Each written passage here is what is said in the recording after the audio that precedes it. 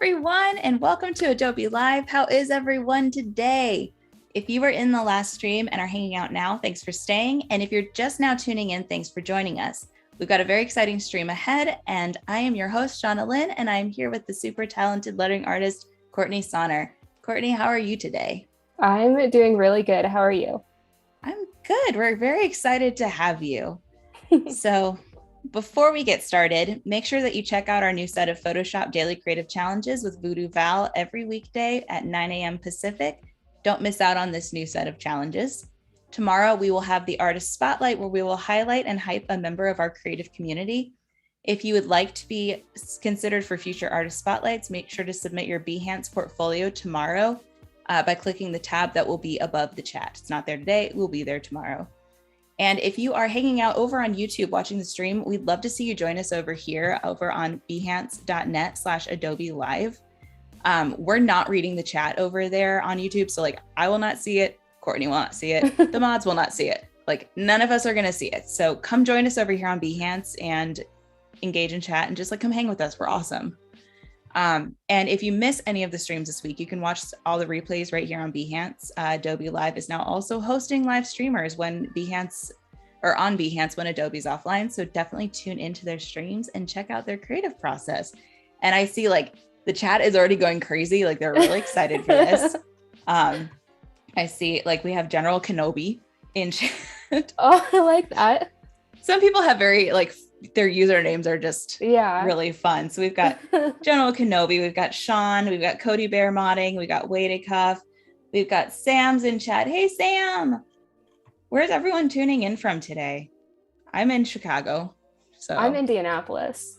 Okay, we're practically neighbors. I know, we're super close. It's a 4-hour drive, I think. I'm making that up. It's all that bad. I don't know. I don't know directions. We're gonna go with 4 hours. We're gonna say if we're 4, wrong, that's fine. That's someone in chat can correct us somewhere along the way. Well, so Courtney, would you like to introduce yourself and your work and tell the audience what you're working on today? Yes, sounds good. So my name is Courtney Sonner. I'm a graphic designer, like I said, based out of Indianapolis, Indiana. So yay, Midwest people. Most of my work is very kind of retro, funky inspired, and it deals a lot with branding, typography, some illustration work. And then on the side, I'll also dabble in wholesale apparel and merchandise. So today, what we're going to be doing is branding a festival with a fun typography logo. And then tomorrow, we'll kind of see how you can incorporate that into merchandise, fun stuff. So kind of brings in everything that I typically do. I have my portfolio open right here. So you can see some of my work, a lot of branding. I've done stuff for Amazon Alexa, partnered with Life is Good. I did this fun survey for eHarmony. So a lot of just fun, bright, happy things. And then of course I have my Behance. So you guys can go check me out over there, see some of my stuff. And then if you want to see most of my up-to-date work, I like to go to Instagram. Hold on. Nope, there it is. So on my Instagram, that's where I post most stuff. I try to post very frequently throughout the week. So a lot of happy, fun sayings. I'll show off some of my work, do a couple tutorials of how to do stuff using Adobe products. So that's a little background of who I am. And then if you guys want, I guess now we can go ahead and get started designing for today. Yes. What are you making? Okay. So what we're going to do is act like we are creating a fun type logo for the branding for a new music festival. Over this weekend, especially, I partnered up with my boyfriend and we were really kind of thinking about, what is the coolest type of festival for the summer? And of course, music festivals, all types of music festivals, different artists, different vibes, different aesthetics. So I feel like with music festivals, you can really do basically anything with it, but they all have that very bright, fun, and exciting feel, which I'm personally super obsessed with colors and funky fonts and making things just super in your face as a graphic designer. So I'm excited to kind of pull that into what we're going to do. What I have here is a mood board kind of branding overview. I have 2 to choose from, and I thought it would be really fun if the people that are joining us could kind of decide what direction we go in. So yeah. People love that. The chat loves interacting. So we're going to have fun today. I'm excited. Yes, perfect. So especially on my Instagram, one thing I like to do every now and then is kind of post like create with me on my stories. And so we'll do different questions throughout the week of, like what kind of quote do we want to do? What font do we want to do? What style, what colors? And then it's kind of fun to use the audience to help you determine what you create. And then it's always really fun at the end of the week to show off like, this is what we created together. So I think that's the kind of feel I really want to bring into this as well. So our first option, both of the festivals are going to be called Phoenix Fest. I thought Phoenix, they're super cool. They rise from the ashes. They're known for being just very vibrant, fun icons of, pushing through things. And so I feel like music especially can relate to that. So Phoenix Fest, option number 1. Phoenix Fest will be launching in Seattle, Washington. And so if you guys know Seattle, it's very heavily influenced with different musicians of all types of genres, especially, Foo Fighters, rock musicians, even some pop musicians really kind of incorporate Seattle sounds into what they do.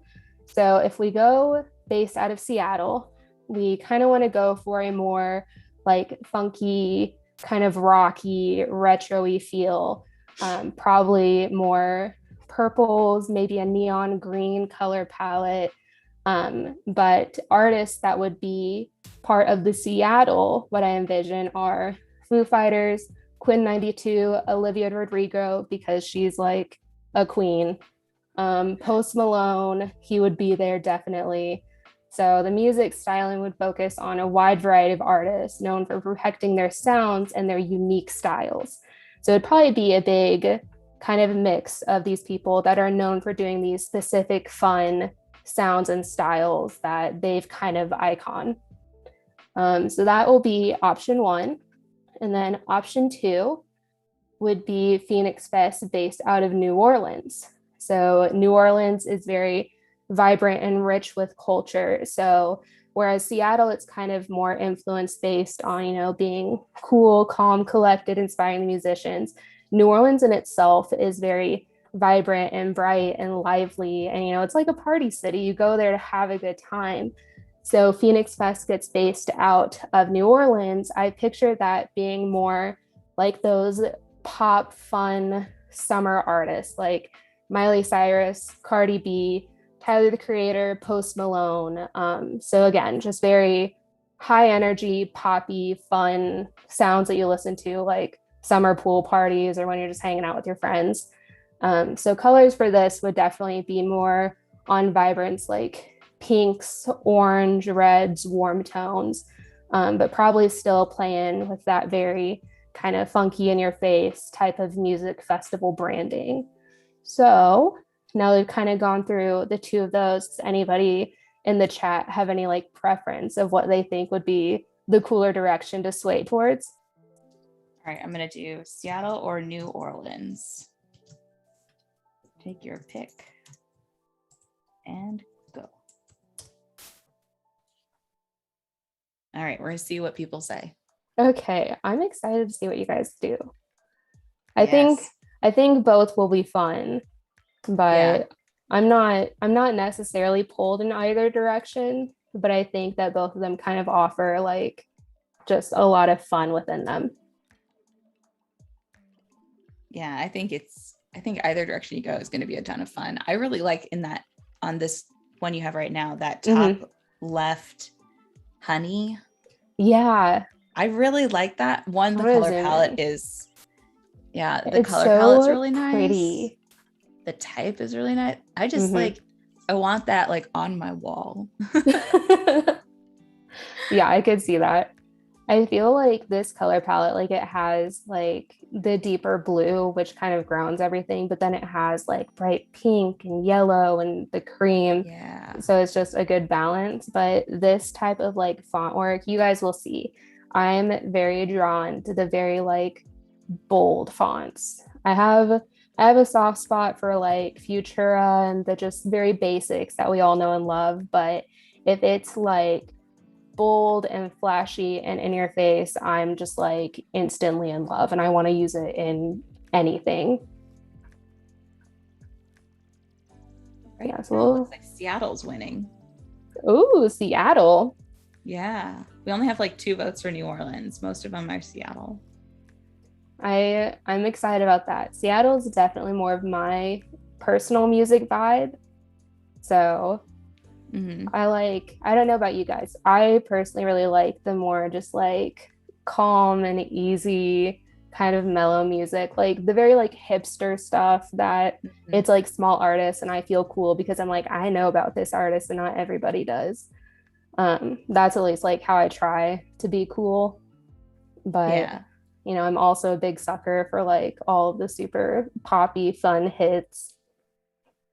I feel like that's a good balance though. You've Jeb Gosser saying, "Yay, Courtney." Hi, Jeb. I know Jeb. I figured because they share a last name with your boyfriend. Yes, yes. So I made sure before jumping on here, I like told my boyfriend, I was like, I need you to like be in the chat and like hype me up and everything. Because typically if I'm doing like something like this, I don't know how you guys are with like significant others or anything, but with him, I'm usually like stay away, like don't watch, like you're gonna make me nervous because he knows me more like than anybody else.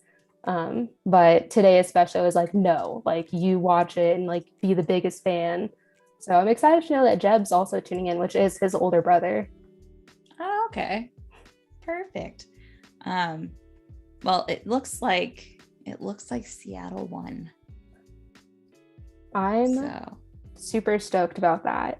yeah. And then if you guys want, I also thought about this. So when we are done and we wrap everything up, since I took time to kind of put together a fun brief and come up with this kind of festival fun branding, I'm always looking for fun ideas and different types of prompts to do design work for, just because, you don't always have this constant influx of new and creative design work coming in.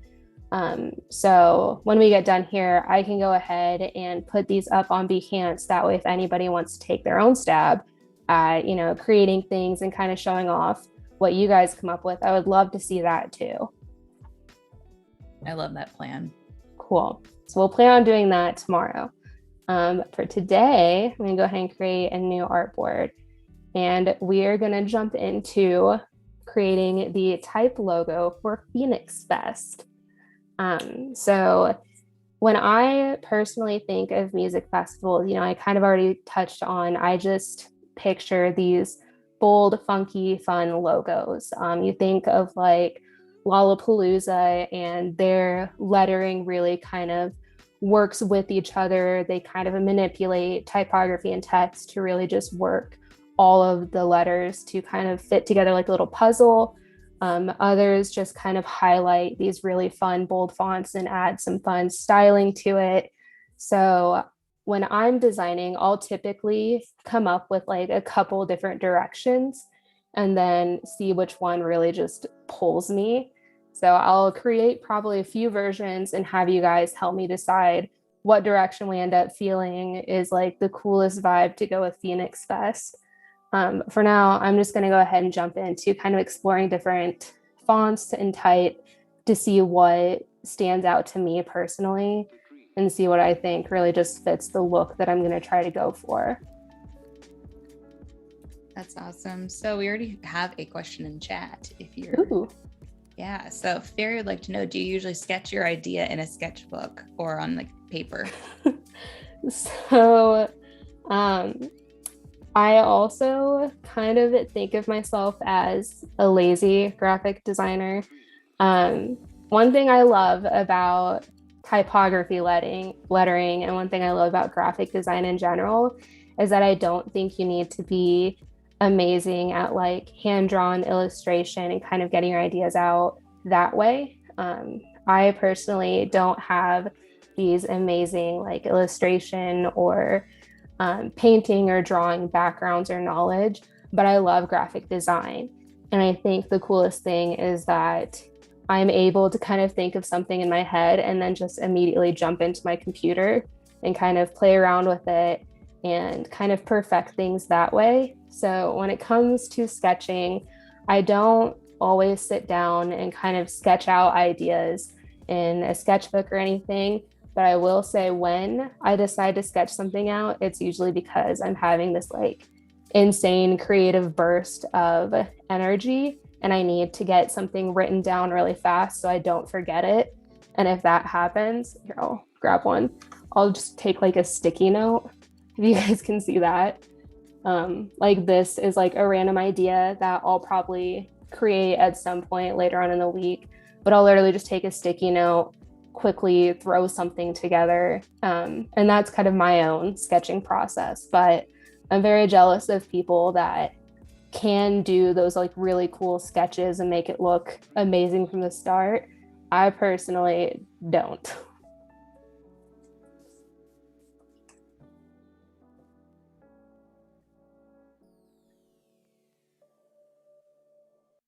I love all those like 70s style typefaces. Yeah. There is a foundry, and I'm trying to remember who it is. I don't believe they are on Adobe Type, but Cbell, I think is what they're called. I think they're called Cbell. They do a bunch of those like 70s really retro looking typefaces. Yeah. And it is just so fun to use them. I think there's one here. I'll show you guys real quick. Most of my fonts, if you guys pay attention to my screen, like I said, they're very bold, kind of in your face. There's one design company called Tan Type Co. And most of the fonts that I use in my own work are typically from them because they're just all like so bold and fun and big. As you can see all right here, all the fonts I have from them. But it's just so crazy to me to see like everybody's different styles and how different text and typefaces can really bring like different feelings and energy to what you're designing. Yeah, that's so true. So I don't know about you, but I collect a ton of like different lettering books. And there's one that if you don't have it, I feel like you should have it. Yeah. And it's all these examples of like 60s and 70s lettering. And the book is like, I mean, it's like 2 inches thick. It's crazy. And I can't remember what it's called. I'm going to see if I can Google it because it really is a 60s and 70s book. It's called Custom Lettering of the 60s and 70s. Custom lettering. Okay. Yeah, I'm definitely going to look into that. I'm a sucker for any like fun books that just show like cool things. Yeah, that one is one that's really cool. It looks like wow. Why is it almost $100? Oh, because they only have used options. Yeah. So I find it somewhere else. Okay. Because it's a great book. I wouldn't spend $100 on it. Maybe there's like a digital version, although I definitely always like the like physical versions of books and stuff. Growing up, my mom was like a huge book nerd, and so she would like collect books and then buy like multiple copies of like these books that I have an older sister that the two of us loved, so that when we get older, she'll have like copies to pass to both of us. Aw. My mom, though, if you're listening, I want some of those books now. She always said, when you get older, you can have them, when you can take care of them. And I'm like, Teresa, I am 26. I can take care of some of these books now. Yeah. So we'll see if I can talk her into giving them to me at some point. But I think they're very sentimental. And my mom, especially, she's a super sentimental woman. So I love that about her. Aw, that's so nice. Which font was that? Was that This tan one type? So this one's called I have Astoria. I think I got this one like maybe just a few days ago. I don't know. I just think it's so like unique and fun, and I'm just trying to find like the perfect thing to use it for. Yeah. So That particular like foundry, their stuff. yeah. Yeah.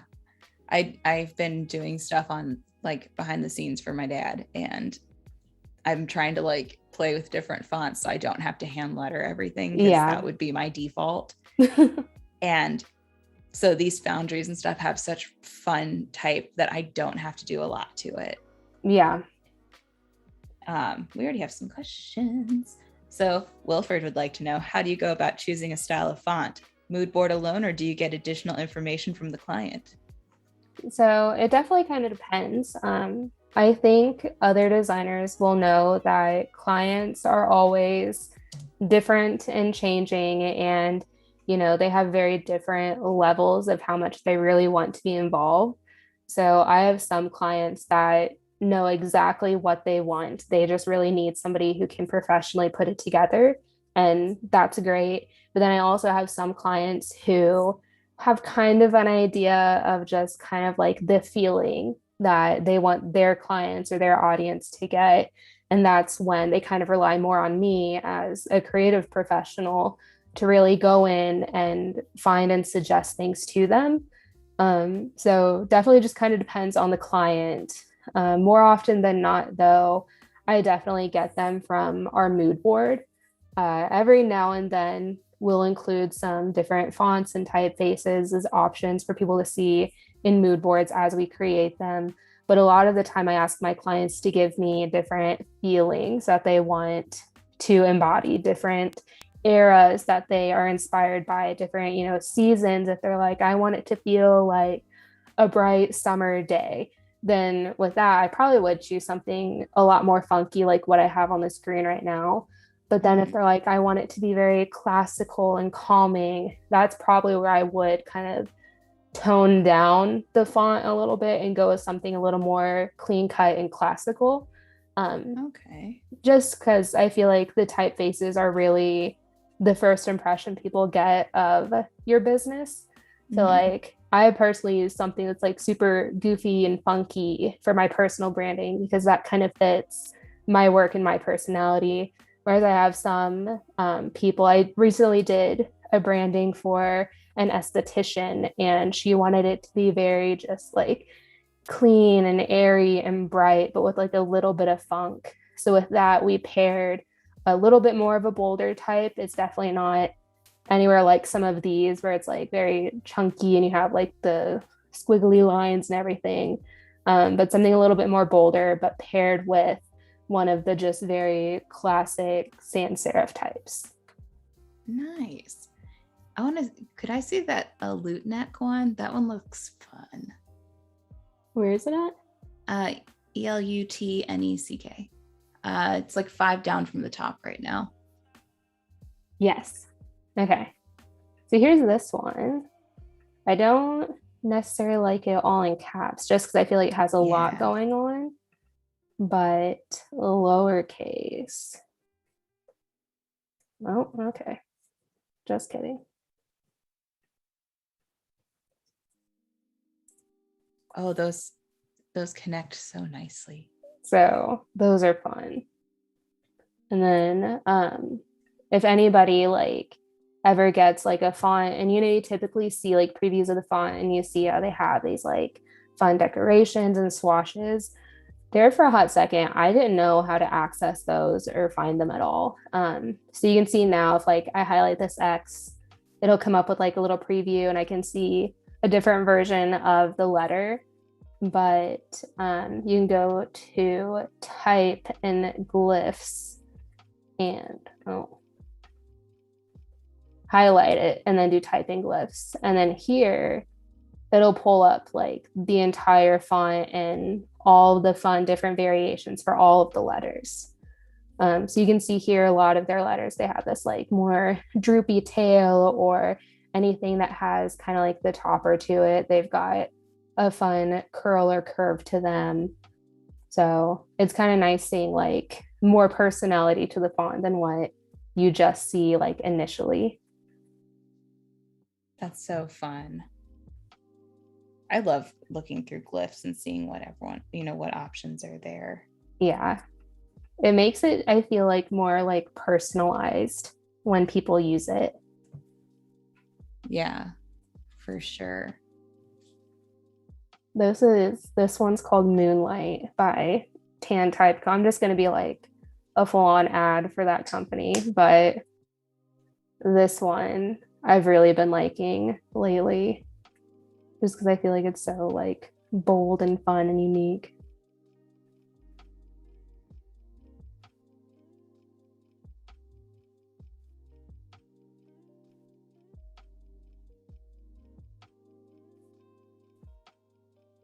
Oh, that one's kind of fun. That's a funky X. Yeah. I also wonder like when people are like designing these fonts, like it's like, how did you get this like cool idea? Yeah. Oh my gosh, that little splash right in the middle. That's so smart. I feel like it would be super cool, especially because I'm a graphic designer that all of my stuff is like typography based. I'm like, one of these days I will get into learning how to fully design a font and all of that. But I don't know about you guys, but like I have a bucket list of about 18 different creative things that I want to learn how to do and explore. It's just like finding the time to sit down and do them.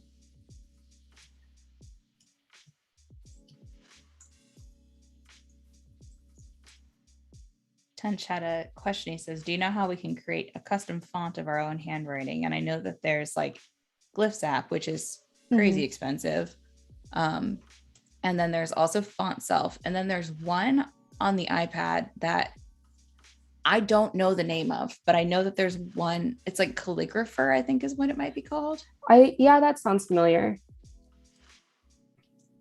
I know like there are, honestly, if you Googled pretty much any application, you can find they'll typically have like a worksheet looking type of thing that you can either upload on an iPad if you have an iPad, or you can, actually draw it out and then scan it in and vectorize it in Illustrator. But it's typically a worksheet that has a place for each letter, uppercase and lowercase, and then different like numbers and symbols. And then you just kind of scan like a QR code and it'll populate it onto the internet. That's cool. I'm pretty sure that's how a lot of them are. I know, I'm not sure where the extension is. Maybe, no.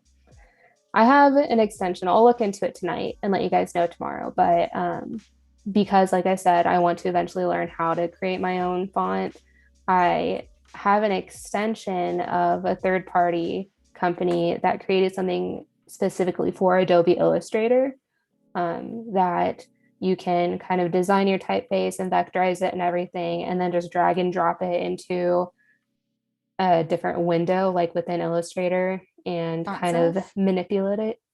Is that it? It could be. I think it's Font Self. I bet that's it. So we're gonna go with that. That's what they started with. They started with Illustrator, and then they added a plugin, same thing for Photoshop. And when they first started it, like so many years ago, it was like you couldn't do any kerning. You couldn't do like, it was very limited on what you could do. Yeah. But I think now you can kern and you can do all kinds of things. I have built my own fonts in Glyphs app. Yeah. And it's a lot of fun, but it's very tedious. And of course, the first one that I decided to make one that as you type, if you have repeating letters, it'll substitute another glyph for that. Yeah. And if you had like 3 letters in a row, then, you know, it rotates 3 different alphabets that I had to draw so that it looked more like hand lettering. And I have a friend who worked for Hallmark as a typographer. Yeah.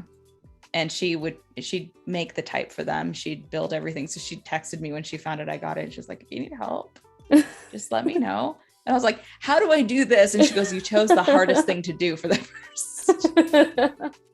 But here's how you do it. And I was like, thank you. I guess that's a good way to just like jump into something new is choose the hardest possible thing. And then the rest of it should seem pretty easy. And you can like type as you do it. So you can like test everything out in the program itself. So like at the time I was just typing in like Game of Thrones quotes. It makes it fun that way. And then you can like take video and post it to Instagram as you're going. So I've never seen Game of Thrones, but I know it's one of those things that I feel like everybody has seen it and everybody is very passionate about it. And like, I like to think of myself in, you know, real life as more of like a leader. But if I see people jumping on some type of trend with like movies or TV shows or music, I am like the biggest follower. And I'm just like, heck yeah, I'm going to jump in and I'm going to learn everything about this. I'm going to watch everything in 2 weeks. And I'm just going to be like the biggest advocate for it. But I know Game of Thrones is one of those things that is going to take more than probably like a good 2 weeks for me to fully encompass all of it. Well, and it's one of those things you can't just like throw it on in the background. Like you have to watch it. Yeah. I think I had to watch it like 4 times to truly get everything that was happening. Oh man. Yeah. And then before they did the finale of the whole thing. Yeah. My best friend's husband and I were like watching it and like texting each other as we were watching, like, what is that? What just happened? And so and my best friend was like, well, I feel left out. So she binge watched all of the seasons up to the last episode so she could watch the final episode like with us. That's dedication. It is. They had to do like 4 episodes a night or something to like catch up. Oh my God. Okay. I don't think I'd be able to do that. I have a very short attention span for most things outside of like design and art, which is like super nerdy of me to say since I'm a graphic designer, but I don't know. I'm definitely like constantly on the go and I lose interest in things so fast, which is horrible. But at least I'm self-aware enough to know that I'll get into something really hardcore for a couple of days and then I'm just ready to move on to something else. Do you do that with like hobbies and stuff too? Like, oh yeah. Yeah. Like, oh, this looks so fun. And you like sink a bunch of money into it. Like, I'm going to do this and I'm going to be great at it. And then after like 4 days, you're like, I'm bored. Oh yeah. Yeah. I think, I actually like recently did that, during the winter, you know, when everybody was still like staying at home a lot with COVID and not really doing anything like that. I randomly was like, it'd be so cool to learn how to watercolor paint. Like that would just be like such a fun thing. You chose one of the hardest things. That's what I learned. So literally for Christmas, I told my boyfriend, I was like, we're going to get all of this watercoloring stuff and we're going to watch Skillshare classes and we're going to sit down. We're going to paint at least once a week. And I think we did it once. And like, I have like all of the supplies for it and all of these things. and I was like so ready to do it. And then we sat down, did like one video, I think from just YouTube. And I was just like, okay, like that was a good phase. Let's pack this up, throw it in like the corner of this room and just move on to something else. Haven't touched it since. You know, it would be what you could do though with it, so they don't, like, if you don't want it to go to waste, you can get like some, I think, cold pressed paper, which is the textured one, and you could just do like washes of colors and make textures to sell. That's smart. Look at this like fun business plan coming in. I'm actually like making a note of that right now. Yeah, it's a good way to do it. I do that with like, I make my own brushes for Photoshop and stuff. And I'm like, well, I might as well not let these go to waste. So I make them and then I just throw them up on the internet for sale. That's so smart. Yeah, I don't really like advertise them or anything. I'm like, look, I made new brushes. Here's the link. And that's about it. But yeah, it's like, it's useful when you can think of like, how can I monetize this in some way? I think that's one like also just really cool thing that I've seen and learned like during the pandemic and everything is that so many like new artists are just gaining like a following and they're kind of like showing off their work a lot more. I mean, that's how I was. I have like a full-time graphic design job and I loved doing graphic design. Like I was one of those people in college that like I was studying it, but it was also like my hobby. So I feel very fortunate to be one of those people that I do what I love professionally, but then I get home and I'm still like really excited to continue doing it. But especially during quarantine and stuff, I got Animal Crossing. Oh my God, yes. I devoted an entire month specifically to Animal Crossing, and I was a hermit and I would like get done with work and then curl up on the couch with like my 2 cats and my Switch and just play Animal Crossing until like 2 a.m. And I was like, this is my life now. Like I live here. And so after that is actually when my boyfriend was like, you know, I think maybe you should try like showing off some more graphic design stuff, you know, like maybe start an Instagram account and do that instead, kind of like the gentle way of being like, you need to stop this. This is an extreme. So that's kind of like how I even like started my Instagram page, which is I think where like a lot of people will find me from. But it definitely kind of turned into like something very fun and positive during, you know, like all of COVID and quarantine. And it's something now that, you know, is still very interesting, gives me like fun opportunities like this, that it's been really fun seeing a lot of other artists also kind of find that inspiration or that route of showing off their work and sharing their creativity with everybody else too. Yeah. It's really it's interesting because it did afford, I don't want to say it afforded people time to do that, but like there was no excuse not to try things if you'd been putting them off. Like over the last year, I'm in that same boat where I'm very fortunate that the thing that I love to do is my job. And if I am on the couch, if I'm not playing Animal Crossing, because I do go through those phases, I am generally drawing. And I am fortunate that like I get to do kids' books for a living. I have my true first like hired one right now, and I get to do lettering for a living. I get to draw, but like I draw all the time, and I never get tired of it. Yeah. And the last year, I was fortunate. I still had work come in, but I didn't have as much, so I had a lot of free time. And so I used that time to like really hone in on like, what does my illustration style really look like? Because every time I'd try, all of a sudden I'd have to do more lettering stuff. So I never really got to focus it. And back in February, I signed with a children's book agent. So that's so exciting. All worked out. Congratulations. Thank you. That's huge. It's been fun. He's a good agent. I like him. But it is fun, like when you can take that time to just like play and figure out kind of what brings you joy. Yeah, definitely.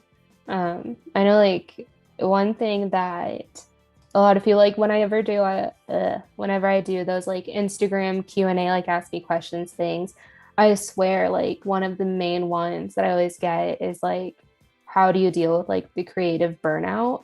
And like I said, like I feel like we're very fortunate to truly just like do what we love. And I feel like graphic design is especially something that I constantly want to do. But I feel like everybody gets some type of creative burnout when, you can't really think of a new idea. You feel like you're stuck in a rut, or, like I have identity crisis with my like branding. I swear once a year, I want to change it and do something new. And I typically do. But, I was very fortunate in the college I went to and the professors I had. And one of my main professors told me, when you are a naturally creative individual and you're entering a creative field, it's extremely important for you to capitalize on the moments that you feel very creative and, utilize it, make as much as you can, get out all the ideas that you have, which is why I do this like sticky note doodling thing. It's because of that.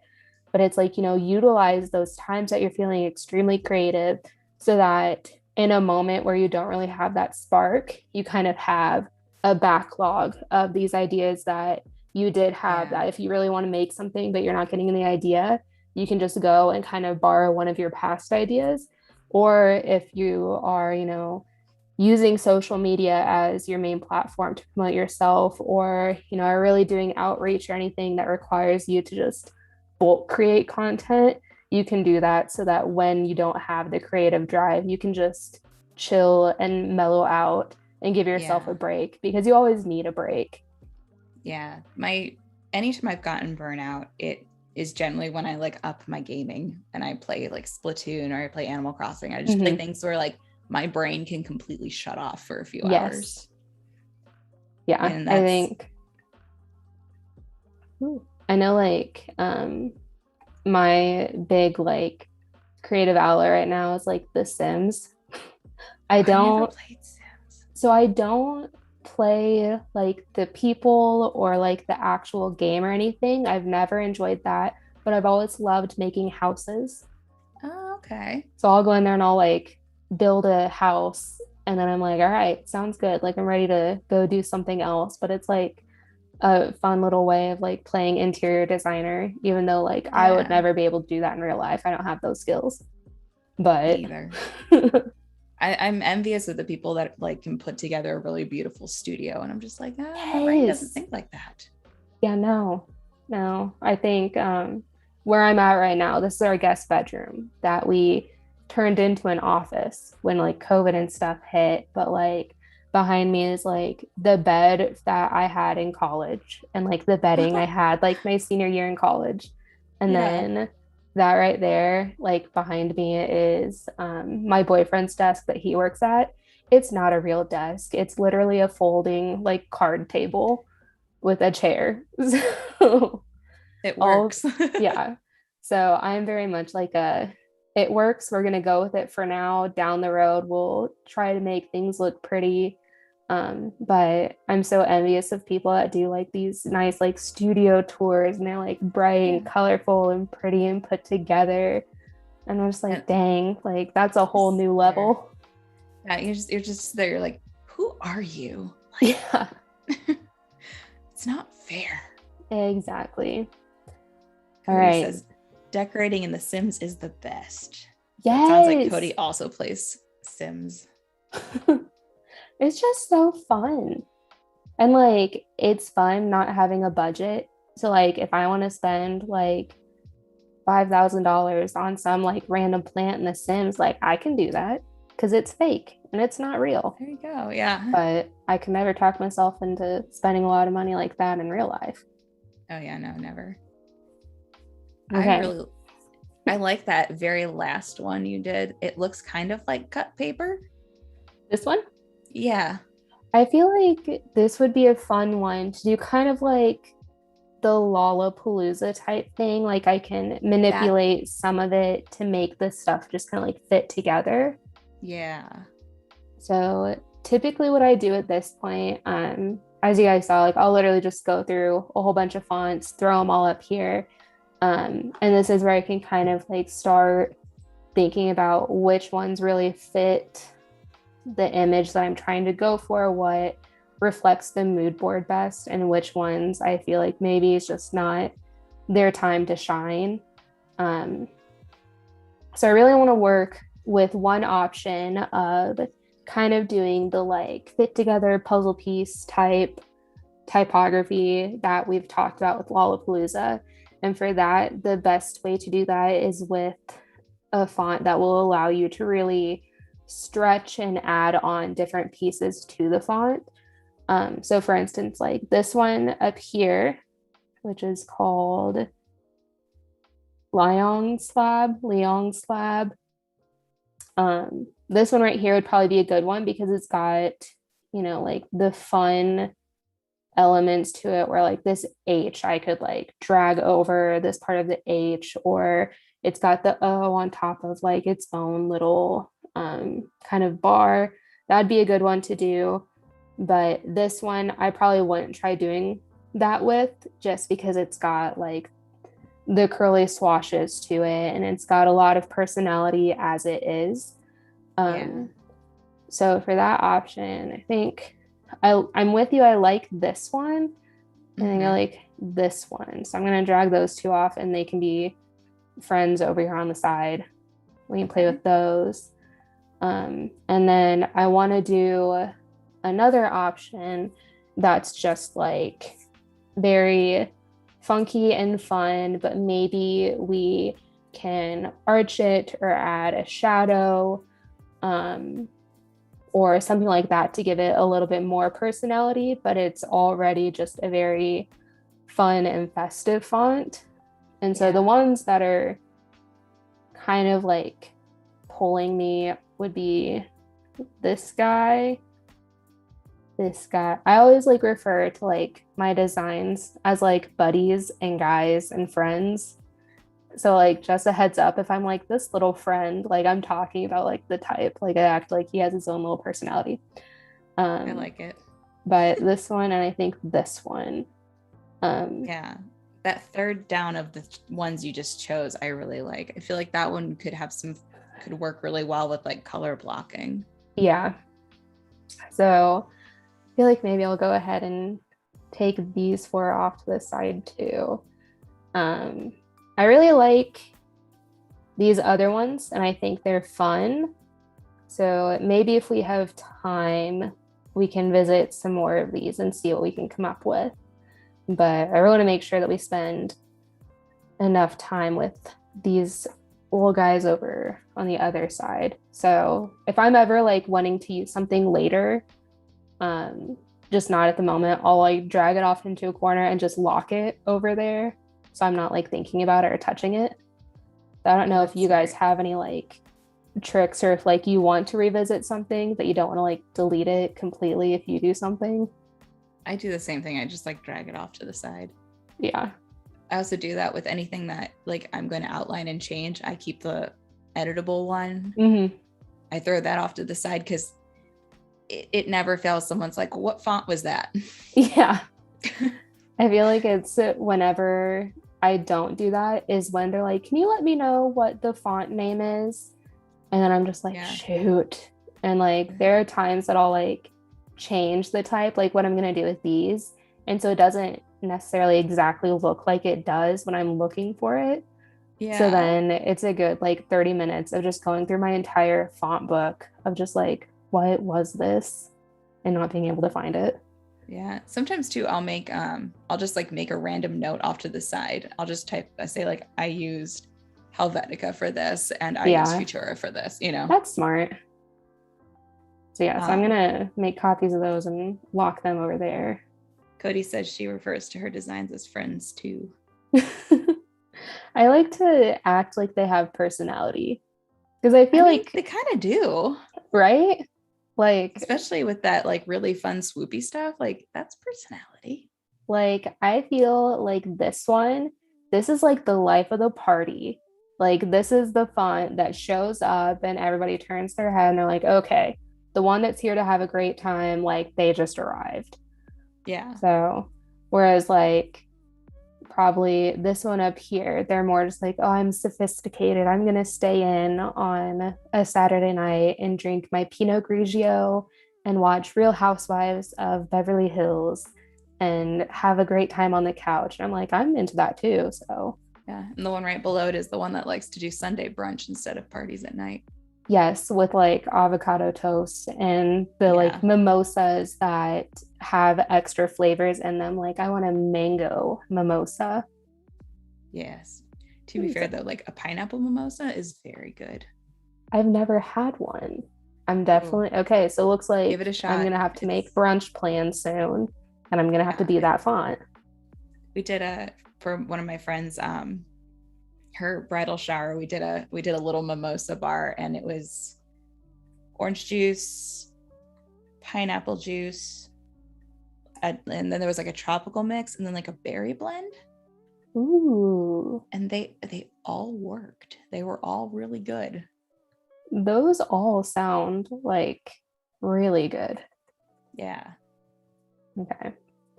And then yeah, whenever I'm like working with type and everything, I always like outline it and turn it into an object just because it's so much easier to manipulate and play with.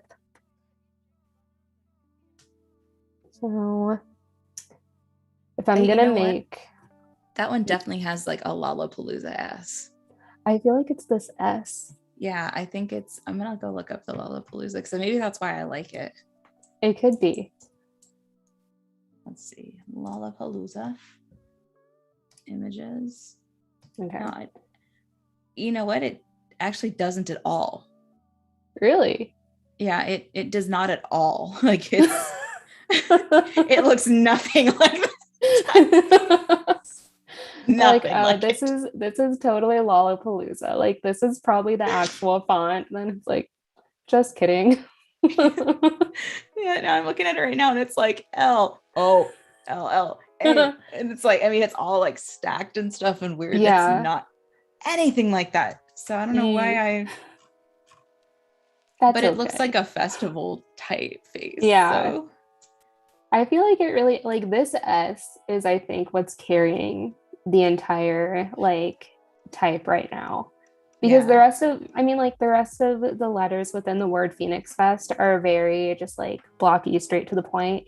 The S is really the one thing that's got some type of curve to it. So with that, it's kind of like that's what I'm gonna have to get creative to figure out like how to really play with that one. But luckily it has this like very distinct little blocky part right here on the bottom curve. Yeah. So Norse just said, is it normal that when I look at this font, I think of chocolate slabs and makes me want to eat the letter? And maybe that's why I like the font. Because there's a chocolate brand and I can see it, but I can't read it because I don't remember what it's called. If anybody can let us know what it is, I'm going to be thinking about that literally all day. I'm going to just go on the hunt while we keep talking because it's one that I think you can find at like Whole Foods. Okay. So it's fancy chocolate. Tony's is what it's called. Tony's Chocolonely. And it's so this one, it's a slab serif. But it has that same like nothing is quite even feel. Okay. Tony's Chocolonely. That's what it is. I feel like I've made so many notes of like things that I need to either like go find or get or buy or explore. So this has already been extremely educational for me as well.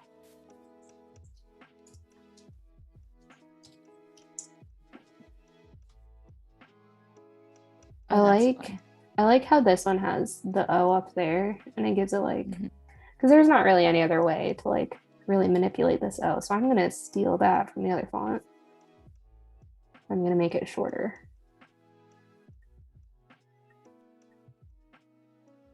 If I'm ever like trying to make lettering or anything within a font like shorter or smaller, I always try to mess with like the anchor points as opposed to just like shrinking it or like squashing it.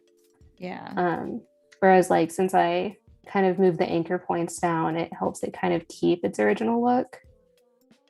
But I'm gonna have to make this one a bit smaller just because it's taller than all the other letters and I don't want that. Cody says that she loves that edit on the H. And Thanks. before we found the chocolate brand, Jack threw it into the chat, and I saw it after we were like, it's this. So Jack wins. I don't know what Jack wins, but Jack wins. Jack, you win a congratulatory like virtual high five. There we go. Yeah, Michaela says it looks like Tony's chocolate, but it's pretty different. Yeah, I think what it is it's got that bouncy feel. And it works. It's really nice. And Jack says, I know food. Yes, you do. I mean, if there's a skill that you have to have, it's knowing food. Oh yeah. Plus, I feel like if you're like the friend in the friend group that knows like the food stuff, you are an asset. Yes. She says, thanks for the high five. You are so welcome. Okay.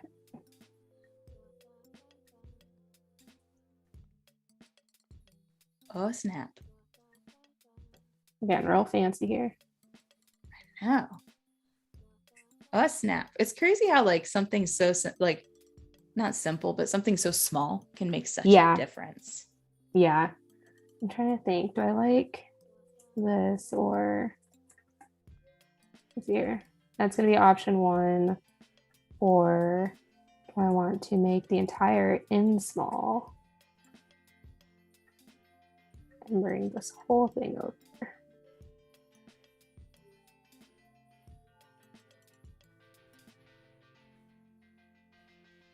So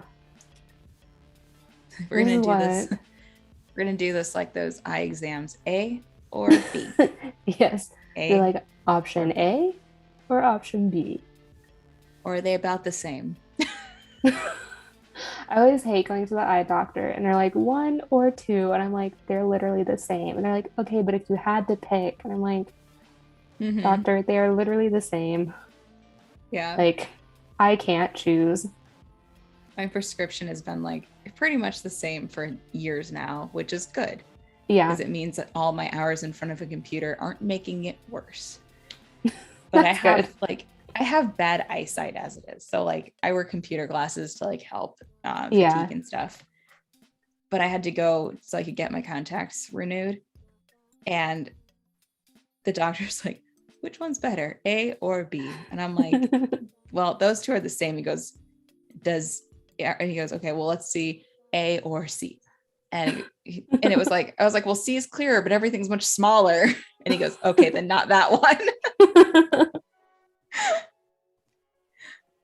Like I like being able to see clearly, but like I don't like things getting smaller. Yeah. You can do it, Ted. Go up. You can do it. My dog is trying to climb his stairs. I love your dog. He has stairs? He can't jump up onto the bed. It's too high. Back in my old apartment, I have a platform bed, so he could jump up no problem. But this one's like a foot higher, so I had to get him stairs, and he still like goes through moments where like his brain, he can't like process it. So right now he just keeps stepping up onto the first step and going down. Oh my gosh. I'm obsessed with your dog. He's a good boy. You can do it. Go up. Come on. I believe in you. Go up. I just love hearing encouragement. I just love like hearing and seeing anybody with like their pets. Because I don't know about you guys, but like when I'm talking to my cats, I get the like 100% like baby voice and like talk to them in like a very specific tone that I'm like, if anybody heard me just like naturally saying these things to these cats, they'd be like, why are you like this? Like, Yeah. what are you doing? Yeah, exactly. And we have with him, I'm always like, who is my baby? You know? Yeah. And he's been in a silly mood all morning. I'm not sure what prompted it, but he's been like throwing his treat around and just being a little goofy goober.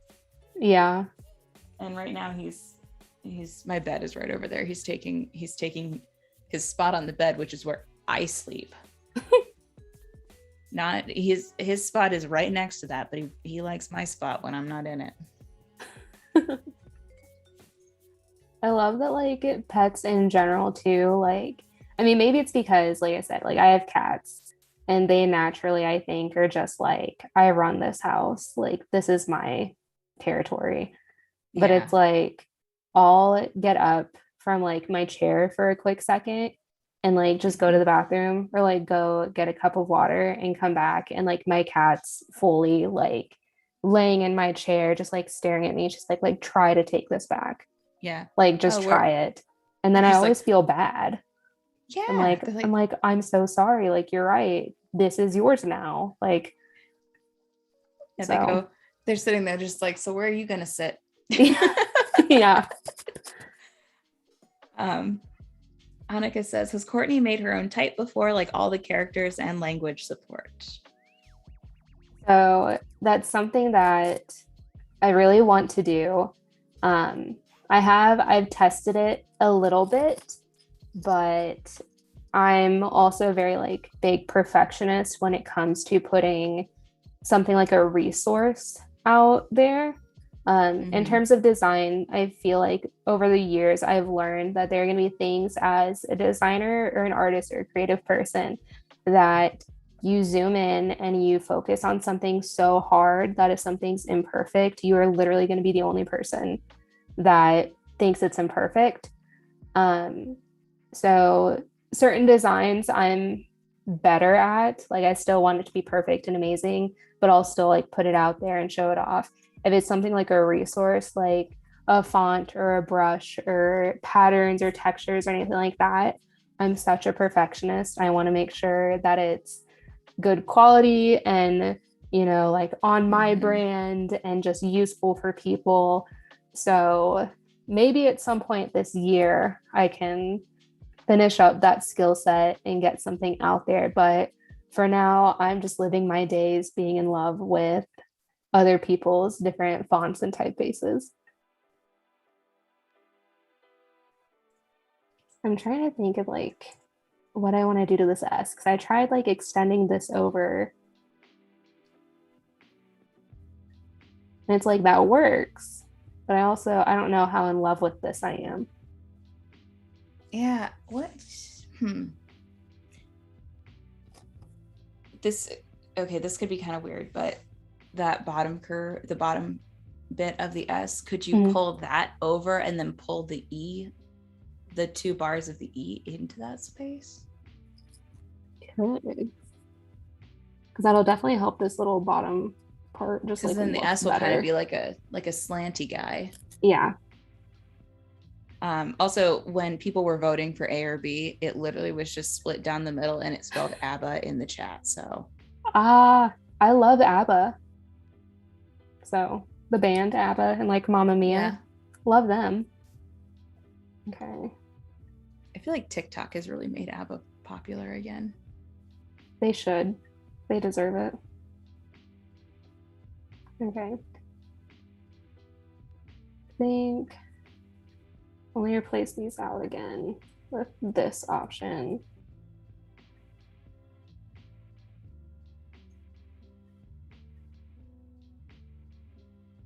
And then one other thing in general with me when it comes to like typefaces and everything, I am a very big fan of like rounded corners just because I feel like it makes it look really like soft and kind of more like relaxed, which is the type of feeling I try to go with in my work in general. So what I'm going to do real quick is like combine all of this stuff. So as you saw, like that little thing, make that all one. And then I like to just come in and like work with these different curves and kind of like round them up and soften them out.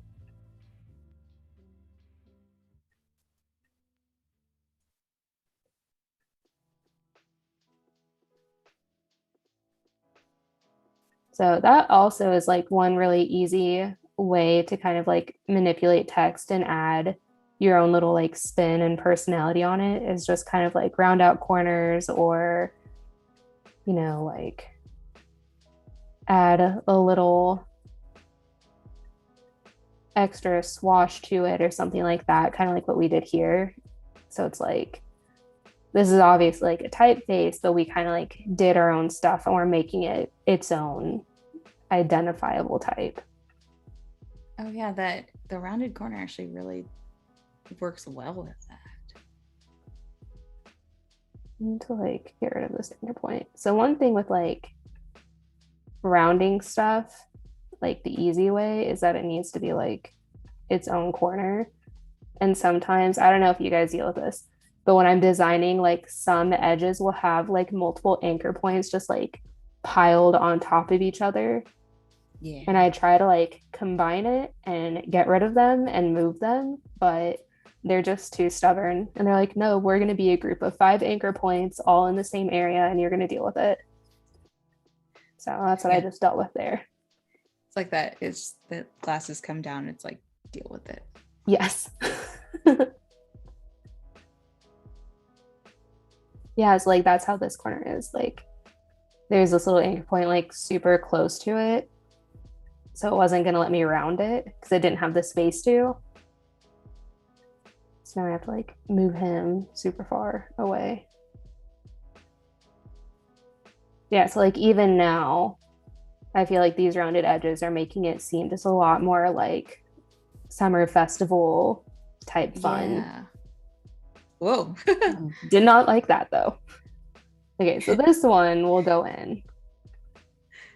It's like, I'm gonna prove your theory wrong. I'm like, this is looking so great, and then the next 2 seconds it's just like, no. Sometimes that happens and that's okay. I do want this to be like a tiny bit curved though. Okay, that looks better.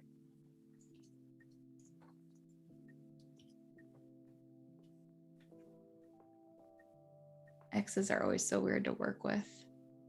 Yeah.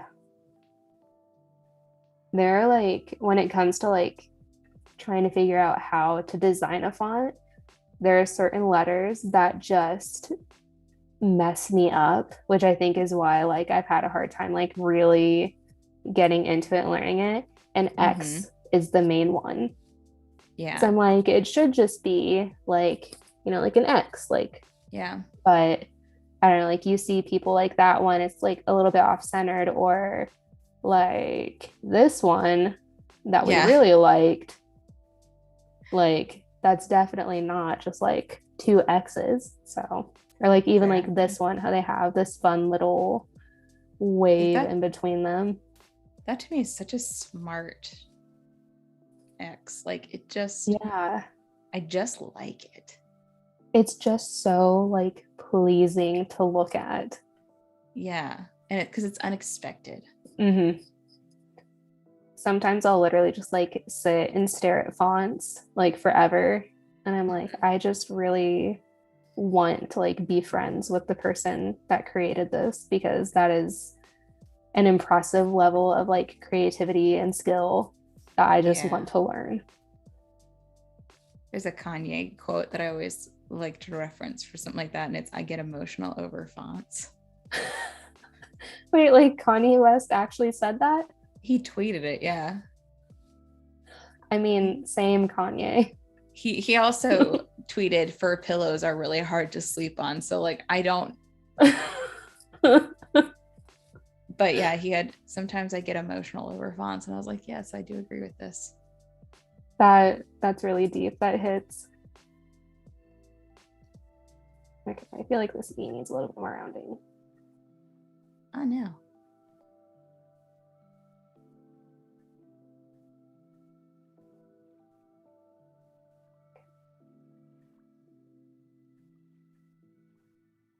I don't understand sometimes how like trying to manipulate all of them, it's like, no, you can only go so far. But when I I do it think individually, it's like, I that's fine. what it looks like for something like that when all of them are selected is it's the smallest area.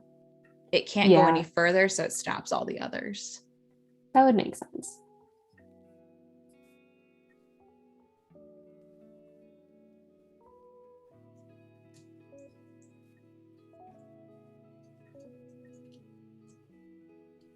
Okay. So let's go ahead and say that this will be our option one. Because I feel like this is fun. I like that. I Given think that's a lot of fun. Lollapalooza vibes, all I like the idea of putting like the E kind of more into the S. So now the S has like a lot of character. Yeah. So we'll go ahead and go with you as option one. And then I really want to explore one of these. So I don't know. I also like to save like everything I've done. So like by the end of this project, I guarantee like all around here is just like a big chaotic mess. But I like to save all the steps just in case I need to go back to them for any reason. Mariana says it looks like a SpongeBob font. I can see that now. What if this music festival just ends up being like SpongeBob Fest? What if it's that episode of SpongeBob where they go and play at the Super Bowl? Oh my gosh, I love that episode. So in college, I was in a sorority, and one of the fellow sororities every year had this thing called Lips for Literacy because their whole philanthropy was literacy, and it was like a lip syncing competition. And so everybody would get like super, super into it and like get super secretive about their themes and what they were doing and their songs. And each year we would also have this giant meeting with my sorority group, and we would try to decide what our theme was going to be. So one year we did Charlie and the Chocolate Factory, one year it was Marvel superheroes, and one year a really close friend of mine was hardcore gunning for SpongeBob. And she was like, no one understands. There are so many like musical references within SpongeBob. There's so many songs. It's fun. It would be so great to do. But she was like really gunning for SpongeBob. And I was like, that would be amazing. So I was like right behind her, like, yeah, SpongeBob. But I think that year, like Netflix and Chill ended up winning. And we acted like it's like everybody did different dances to go with the theme. So they did like different popular movies on Netflix. So it was still cool, but SpongeBob should have had his moment. What was our lip sync? My first year we did lip sync, and it was like 4 or 5 like very different songs that we all like danced and lip synced to. It was the only year I ever did lip sync. I did the banners for them after that. Yeah. And Cotton Eye Joe was one of the songs. I can't, and I don't even remember if we won. I don't even remember. I remember watching like the rest over the years, and it was always like the girl that was like the dancer was the one that would be the one picked to choreograph everything. Yeah. See, I would participate, but I have zero musical talent. Like I have no rhythm, I can't sing, I can't dance. But yeah, kind of the same, like the girls that had those skills, they would choreograph all of it. Or my roommate one year had a sister who was like a dancer all through high school, and she was like, my sister's gonna come and she's gonna choreograph our part and it's gonna be amazing. And it was amazing. I couldn't do any of it, and I looked horrible trying, but it was a lot of fun. I was in charge one year. It was myself and one of my sisters, and we were in charge of the music. Like the Rush music, like when they open the door and you're like da da da da da, Yeah. And we did it to Ain't No Other Man. I love that. Don't remember any of the lyrics, but I remember practicing that. It's so funny how like I feel like everybody just has these very obscure memories of random things that I'm like, I couldn't tell you anything about like what I did a week ago, but I could tell you exactly what happened during my third birthday party at McDonald's. Yes. Like, I can't remember what I have for breakfast most days, but if you give me a song from like early 2000s, I still know all the words. Yeah, exactly. Or Disney songs. If I haven't heard it in like 5 years, but I'm still like, I know all the words. Yes. What sorority are you? I was a Tri Delta. Okay. I was a Delta Gamma. Oh, my best friend from high school was a Delta Gamma. Oh, really? Mm-hmm. I always liked this thing. Oh, yeah. Yeah, they were always very yeah, it was fun. It was really hard to like, because everyone always had different signs and we all had to learn them all. But it was fun. So this is looking really fun. Look at, oh, you stacked it. I like it. Mm-hmm. So with this one, I went ahead and again, just rounded out the corners just to make it a little bit more different from the original font, but still kind of keep like the cool look. So what I'm thinking for this one would probably be good to add some 3D effect or arch it or wave it or something, but we've got these like empty spots on the sides. And so typically if words are like stacked and there's like one letter difference or something, I'll just take the bottom one and like make it the same size and stack them. But in this case, I feel like the emphasis is all going on the word fest. Yeah. And I don't think that is the more important word at all. So I think what we can do is like on one side put like 2022, which is the year this would be happening, and then maybe like Seattle or something on either side, still like incorporating some fun text, but that way it just kind of like fills up the sides and makes it a little bit more balanced. I had an idea. What's the idea? I'm excited. Okay. So this is gonna be a really bad drawing because I'm trying but I drew the O, and if you did like one color, the O is one color, and then you did like a nested color inside. Yes. And you could do that anywhere it's like thick. Oh, I like that. So you could Thank do you it for like... highlighting that. Yeah, we switched screens so it could be seen. Otherwise it's like this big.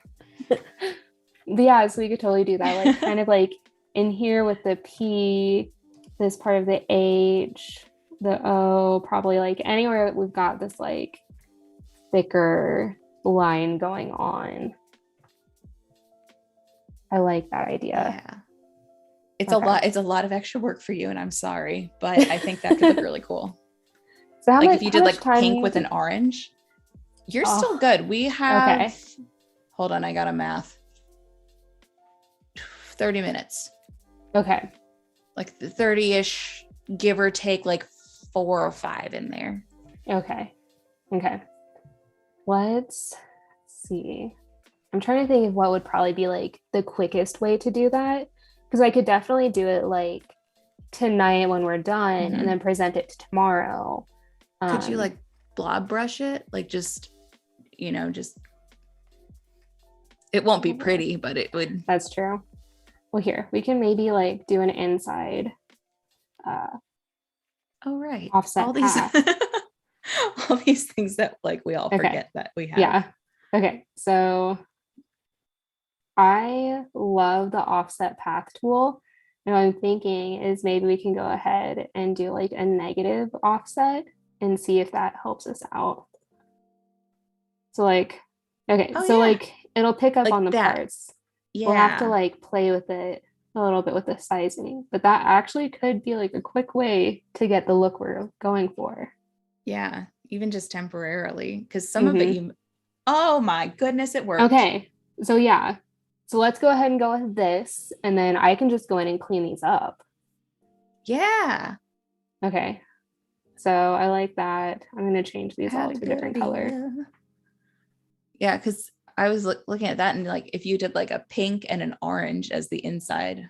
Oh, that's going to be so pretty. Okay. Also, I don't know if anybody else does this, but anytime I'm like coming up with initial designs, I always design in black and white because I personally love color and I Mm-hmm. get super, super into and excited about adding like colors. And I think that's when like designs really come to life. But I know that if I get way too excited and start adding it like from the very start, I get way too like locked into like a color palette. And even if it's not my favorite like design overall, I'm like, I like these colors, so I'm going to stay here and I'm going to make this work, even if it's not the best. Yeah. I I sketch with colors because I like to go from like light to dark as I refine. Yeah. But if I send it to a client, I have to put it in black and white because I've had instances where I accidentally sent it in color, Ooh. just color sketches, like it was just purples. Yeah. And they're like, well, that's not the color we want. And I'm like, they're pretend it's black and white. I was like, that. So I've learned like I always have to double check before I send to a client, like it has to be black and white, otherwise it won't work. So password Wi-Fi win says, do you often use Photoshop? And Every right now now and you're an then. illustrator. Yeah. So every now and then, tomorrow we'll be going into Photoshop, and you'll kind of see tomorrow. I am definitely not like very Photoshop heavy as a designer. I do some photography, I'll touch stuff up in Photoshop and all of that. But if it comes to actual like fun graphic design work like this, where it uses type and everything, I'm so dedicated to Illustrator and like in love with Illustrator that it's hard for me to branch out and go anywhere else. Yeah. I'm the So opposite. I'm very Photoshop heavy. So when I go into Illustrator, I'm like, where is everything? I've had to use it a lot more in the last like year and a half. So I've gotten a lot more comfortable, but I don't generally use it for lettering because the stuff that I do, like I like it to have a textured edge. Yeah. And I don't often get that. I can't really get that effect in Illustrator unless I put the roughen filter on it and I mess with that. Which I know that's how the Hood sisters get their texture on their stuff. Yeah. Rick Adams says, could you maybe add an appearance panel fill layer and use a pattern fill in addition? Oh yeah, that'll be fun. So I'm thinking, I know like a lot of fun like art deco-y, just making sure I understand right. So a lot of art deco-y type fonts that kind of use this fun like inlay color. They'll do like some pinstripes or waves or stuff like that. So that's definitely something else that we can like kind of put in here. I think if I do a pattern, I'll also do like an outline around all of these. And then maybe it's like the back part is like the orange, and then the front part is like a pink outline with the same color pink pattern overlaying it. So it looks like the pink on top of the orange. Okay. I think that made sense. Sometimes as like I like to think with like my creative head, I'm better at like visualizing it than I am at like actually like fully expressing what it is. That's why I do this. Yeah. I'm sitting there, I'm like, I try to explain it. And I'm like, let me just draw it. Yeah. It'll make more sense if I just put it on paper. Totally agree. And this is the craziest like username because it's password Wi-Fi Nguyen. But they ask, do you think it's worth going to art school? I personally do. I'm not a big advocate of saying everybody has to go. I definitely think there are a lot of people that are extremely successful without going, and people that either are self-taught or just naturally talented. Personally, for me, I think why I found it so beneficial is I knew I loved creativity. I knew I loved graphic design and all these fun things, but I didn't know of the right path for myself to take. So I didn't know about graphic design. I didn't really know anything about it until I went to college and I took a random class my freshman year. And the first class I took was called Publication Design. It was completely in InDesign and just kind of learning how to lay out, type, how to come up with grids, how to make really just publications look pretty. And even after that first class, I was like, okay, like that's cool, but like not really my thing. And then as part of the degree I was going for at the time, which was public relations, I was also required to take a class really heavy on Illustrator. And that's where I just kind of found my love and found like, this is the route I want to take.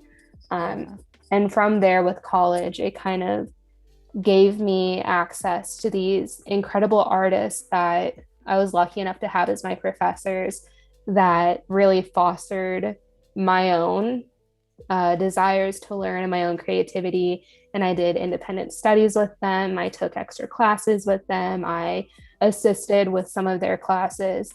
But it just kind of like gave me all of these resources and skills within those 4 years in college that allowed me to really develop, I think, my skill quickly. But just because that's what worked for me doesn't necessarily mean that's what's going to work for everybody. There are a lot of people that find their passion earlier or kind of know the route they want to take, and they're able to really start their education earlier and become extremely successful. And so I think it really is just kind of a personal preference of what you think is going to be most beneficial for you and your learning style, and then just your own like life journey, what you're doing. I think too with school, like because graphic design is such an overarching like umbrella of things, because under that you've got branding, you've got pub, you've got web, you've got coding, you've got motion, you've got, I mean, it's like, it's just like, it's the overarching term that schools use. And at least like, you know, in my case, because I went to school for graphic design as well. It'll like taking those classes allowed me to see what did I like doing and what did I not like doing. And I don't like web. And unfortunately I graduated in 2010 when people were only hiring for web. So that was a little difficult. That was also the time that they're like paper's not like, things on paper are not going to be any, you know, around anymore. Digital's the way to go. It's, and everything goes through cyclical phases. So like, you know, here we are again, everyone is treasuring paper and such. So but if you have the opportunity to do it, it does help to allow you space to figure out what makes you happy and what works. But like Cody in chat says that she's self-taught and internet taught. Ooh. And I think that, you know, back when I was in school, well, back when I was in college, 2006 to 2010, there wasn't Skillshare. There wasn't a lot of like internet how-to videos there. Like I remember we had Abduzito, I think was like the big blog then. And that had like tutorials on it. And there were tutorials out there, but like nothing like the accessibility that there is now. I think I didn't really even know like I had never heard of Adobe until I got into college, and then it was kind of like the crash course of here's how to learn everything. And then my main professor, so I went to a very small college, so I had like 3 main professors for like all 4 years. But my main graphic design professor, she was very big on teaching us that, you know, if there's something you want to know how to do, it's okay to ask me because I'm your professor and I am here to help. But before I tell you how to do it, I'm going to guide you on how to figure it out for yourself. And then at that time, when I was in college, it was like 2013 to 2017. So it's like I'm getting more disassociated from college, but in my head, I'm still like, oh, that was like 2 years ago. But during that time, especially, there weren't like the Skillshare or anything. So all of like the tutorials and stuff I watched were different artists using the Adobe products on YouTube and doing things that way. And then obviously like Adobe itself puts out cool tutorials on how to do everything, or it has like different help windows as like you're opening the products for the first time. And so that was really the only way to learn things. Whereas now I feel like with influencers and social media and Skillshare and all these fun, interesting things, it definitely does just kind of give people, especially who are younger, I think, know a lot more about Adobe products and everything too, which is like great marketing. But, it gives you guys the skills to really do that self-teaching earlier on and give you that like competitive head start. Whereas I didn't discover it until I was already like 19 and in college. Yeah, I would say like college gave me the base knowledge. Like I learned how to use the programs to a degree. I learned how to think in a different way than I was used to. But, I've been out of school for 11 years. So a lot of things have changed. And like, I learned about clipping masks in Photoshop by watching my friend Sid Weiler on Adobe. I think it was one of their Adobe streams back when Adobe was on Twitch. Yeah. And that was, I'm sure Gus is in chat. Hi, Gus. I think he can probably confirm, but we were all on Twitch like 6 years ago, I think, before the platform switched to Behance. Yeah. And I learned so much just watching those Adobe live streams that I never would have probably figured out in school. Yeah. I think Adobe does a great job of really showing you all that you can do that is not necessarily what a structured setting is going to show you. So like my background, as I did like independent studies, which I kind of had to dictate what I wanted to learn and talk to professors about that. And then they would give me the skills.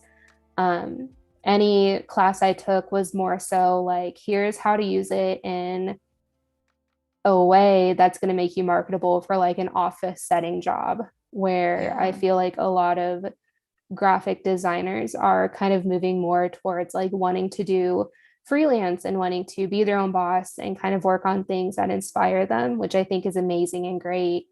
But it's nice having Adobe like show you like, hey, it's possible to like do this in this software. It's possible to create this by doing these 3 steps.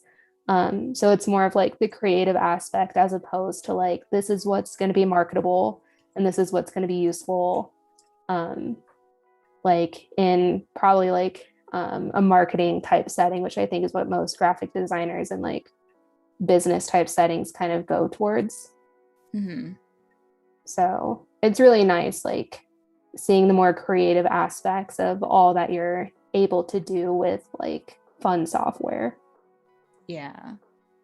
One of my first freelance gigs out of college was at an ad agency where it was just a week. It was someone was out of town and they didn't want to have an empty desk for a week. So they threw me in there. And I knew InDesign, like I knew all the Adobe programs. And of course, the first thing that they throw me into, I had to use Quark. I had never touched Quark before. I had never used Quark. I got in there and I was like, So it was me and Google was my best friend that week. Yeah, I can imagine that. I was like, why is this not in InDesign? These are like very recent files. Why are these not in InDesign? Andrea says, I learned the software on my own and YouTube tutorials, etc., but I decided to go to community college for design and illustration because I didn't really know what's required for the job. That's smart. See, Mm-hmm. I feel like when I was 18 and deciding on a college and everything, I went and toured some colleges and I found the one that I ended up going to, which I'm still in love with, love the school. And I think it gave me some amazing opportunities.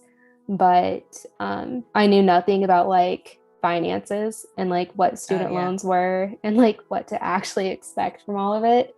And I knowing what I know now, I wish I could go back and tell like 18-year-old Courtney, like, girl, go to community college and focus in on this area. It's going to save you so much money. You get amazing skills.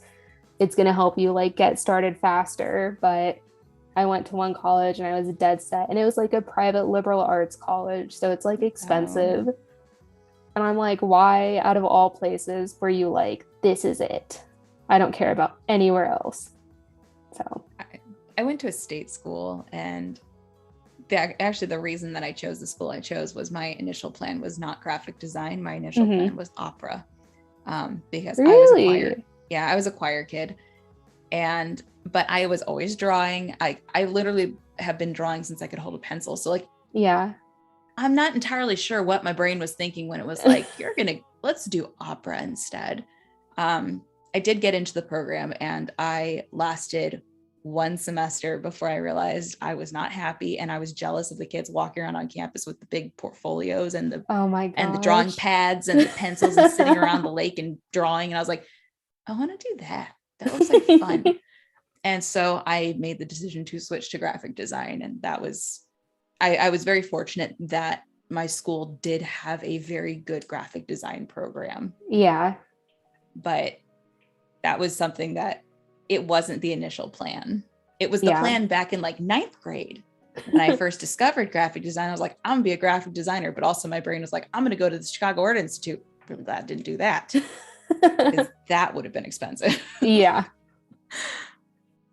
But the fun thing is like even as an adult, like we are all always learning. Yes. And there's never going to be like right now, everything is so accessible that like, there's no excuse that if you want to learn something, like now's the time to do it. Oh yeah, exactly. It's so fun. Like, I don't know, as I was like I'm still growing up, but as I was like getting older and when I was first like leaving a school setting, what? Oh, okay. It just slipped out. I was like, excuse me. But when I was like leaving a school setting, I kind of went through this just like period of time where I was like, okay, like how am I going to progress? Like, what do I do now? Like, I don't know what's going on. Cause like you always have professors and people telling you kind of like, here's what you should learn. Here's what I'm going to teach you. And that's just like how it's going to be. And so kind of like moving out of that for the first time was kind of like scary. But I think as I've gotten older, it's exciting to me to learn that I'm able to teach myself anything I really want to know.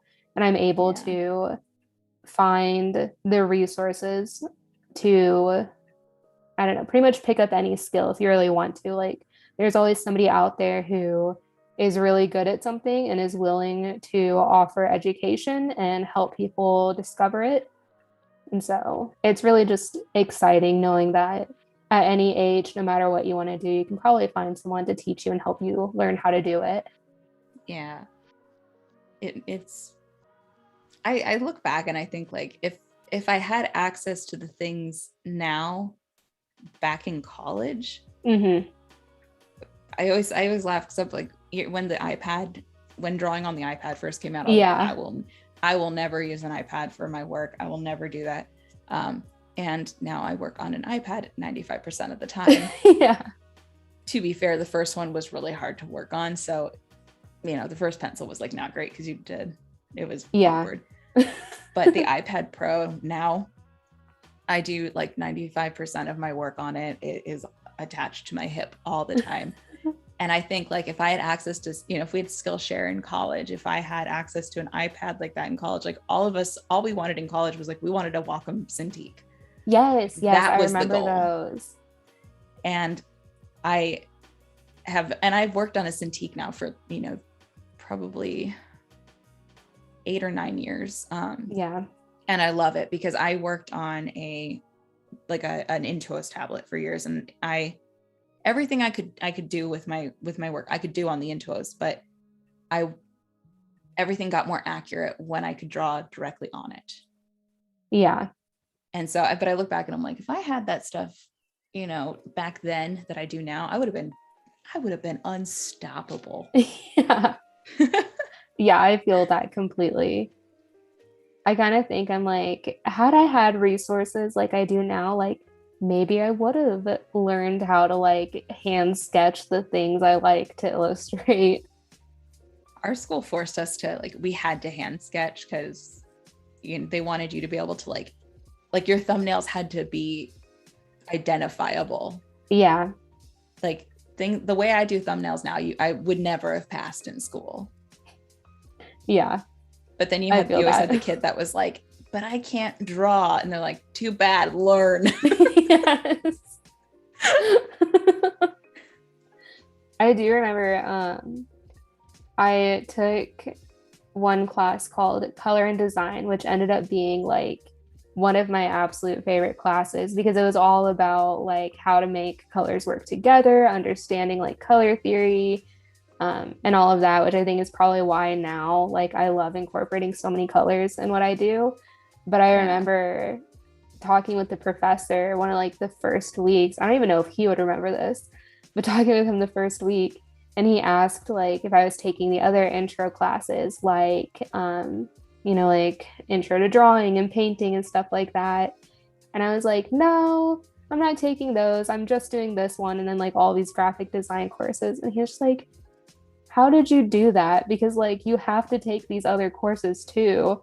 But at the college I went to, I was able to create my own major so long as I had like a supervising professor and detailed idea of what I wanted to take and my plan and what my like senior kind of judgment exam was going to be.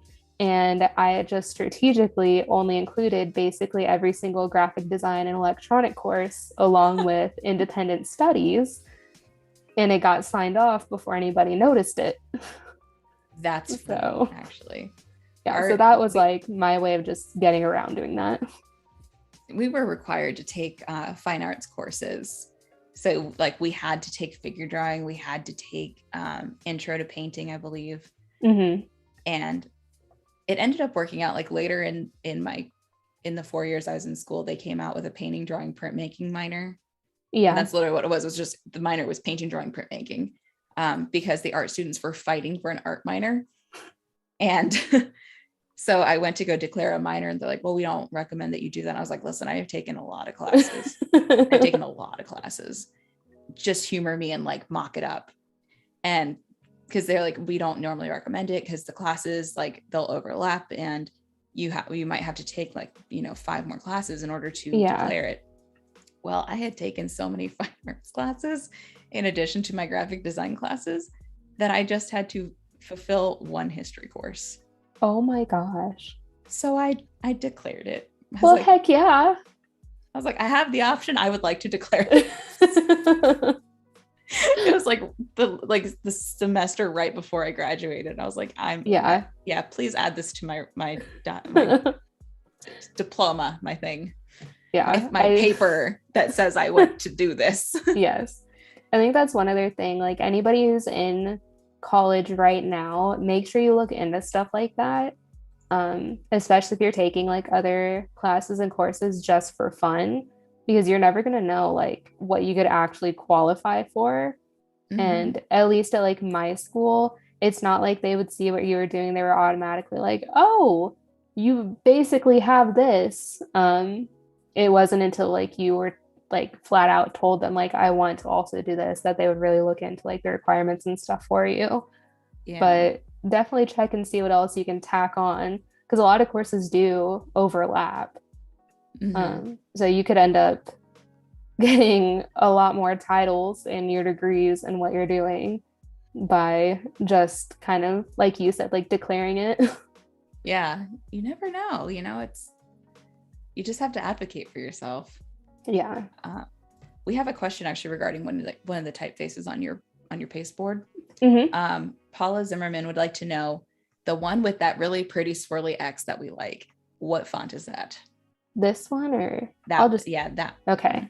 This one is called Grandeur by Tan Type Co. So it's GRANDEUR. Okay. I threw it in chat. Thank you. You're welcome.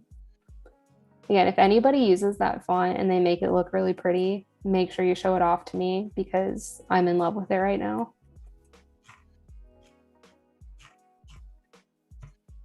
Okay.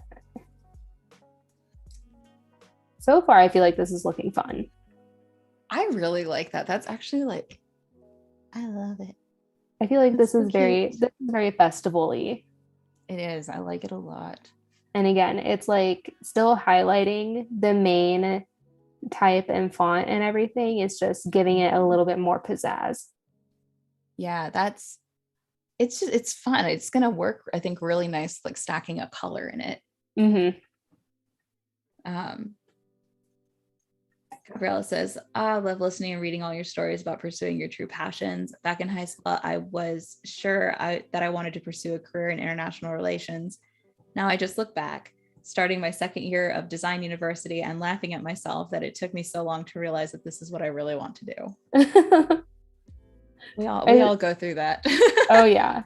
I think as soon as you find that thing that just clicks, you think back to everything that you wanted to do before discovering it, and you're just like, why was that like the passion? Like for me, when I was little, I like wanted to be like a journalist so bad. I wanted to like write stories for like the newspaper and go and investigate things and do all this stuff.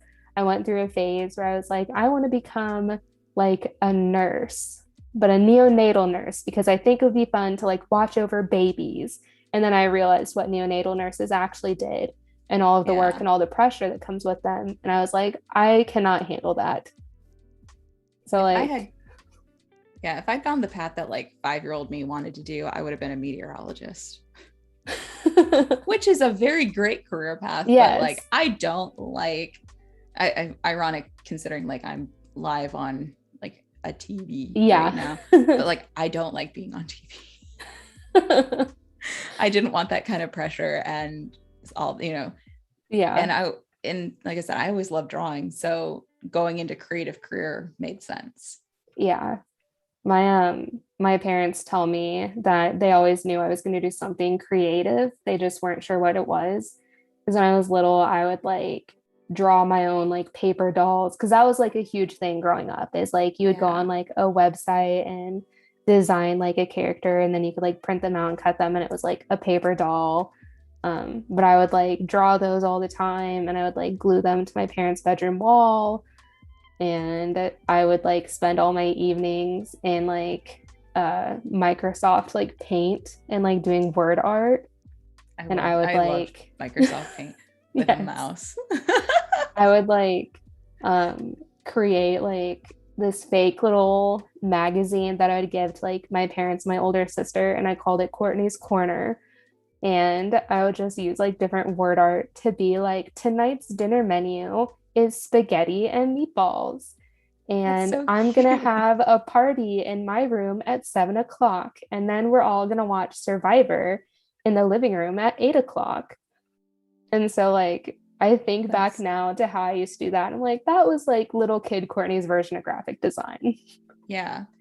I used to like to do, back when we made like mixed CDs.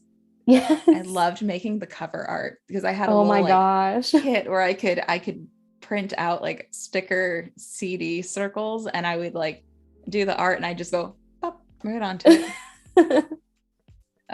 Cody says, I loved art and I wanted to be a farmer when I was a kid. And funny enough, my husband and I plan on having a farm one day. Not much has changed for me. Oh, what kind of farm would it be though? Yeah, I want to know too. I have an illustration friend who decided that she wanted chickens, and so now she's got chickens. Oh my gosh, chickens are fun. She raised them from like little chicks. One is named Moira. Like off of Schitt's Creek. Mm-hmm. I think it's a black chicken too, which is why it's so funny. Oh my gosh, 100% Moira Rose. Yeah. Sierra says, I loved art as a kid and I always painted, but my parents love reminding me the first job I said I wanted to do was manage a Taco Bell because I thought the tacos needed more cheese. I mean, you're not wrong.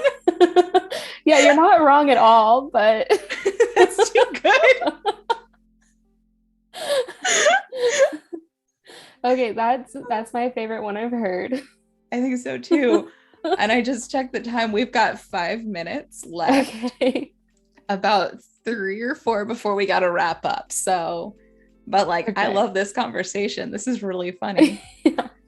Okay. So what I'm going to do then, tonight, because I'm really getting into this, I'm going to go ahead and finish up kind of making this one look really pretty. And then, where is our first one? And up here, I'm probably going to go ahead and play with those a little bit tonight.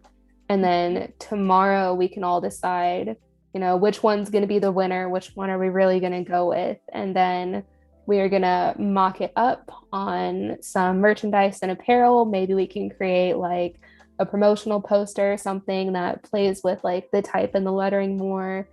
But it's going to be really fun. I'm excited. I love that plan. I think this is going to be really fun. And I think I'm going to see tomorrow if we can potentially get a poll going, because we're able to, every now and then we're able to do a poll and they have to just like click the link and they vote. Yeah. Versus like us trying to go through the thing and figure out what has more. That'll probably be useful. Yeah. So I think I may see if, I think if Cody's mod tomorrow, I believe she is, if she can queue something like that up and it would just be like A or B. Okay. Yeah, that'll probably be a bit easier. Yeah. We've done it before and it definitely is, versus me like 1, 2, 3, 4, ton of B's. And Wilfred says, are you going to color them tomorrow or will you already have the coloring done? We'll go ahead and do that tomorrow because I think that's a lot of fun. And I think that'll be a fun time to really get everybody's input and thoughts and really like bring these fully to life. I agree. I think that'll be a lot of fun. Oh, Cody says that she can make a poll. So we will get that queued up tomorrow. Perfect. Thank you. Thank you. We appreciate you, Cody. Yeah. So is there anything you want to tell people before we start to wind down? Well, like I said, just tune in tomorrow. That's when a lot of fun will be happening. And I guess in the meantime, if anybody wants to kind of keep up with my other work, see other stuff, go ahead and follow me on Instagram. It's really easy, just Courtney Sonner Design. I didn't get super creative with the name or anything. But these whole like creating together type of design and activities, that's something that I do on my stories from time to time. So we can continue the party over there if you guys want. That's a lot of fun. That's a great way to engage people too. Yeah, it's a lot of fun. And it usually ends up becoming something that I wouldn't normally make. And so it's kind of fun to like expand my skills and test me as a designer too. Yeah.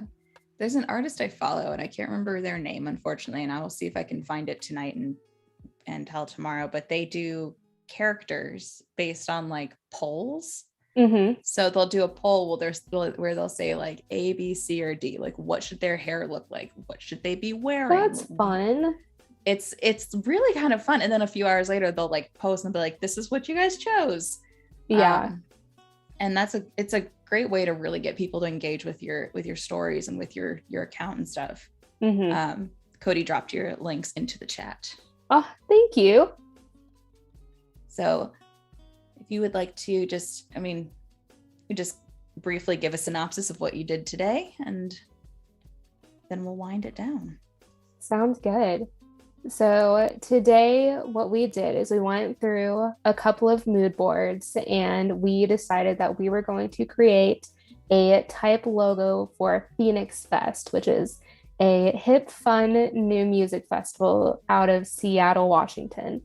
Artists will include Foo Fighters, Quinn 92, Olivia Rodrigo, Everybody's Main Queen, just a really fun, vibrant, fun artist. And we really want to make sure that the logo and the branding matches the fun and upbeat mood and attitude of Seattle's residents, but also the artists.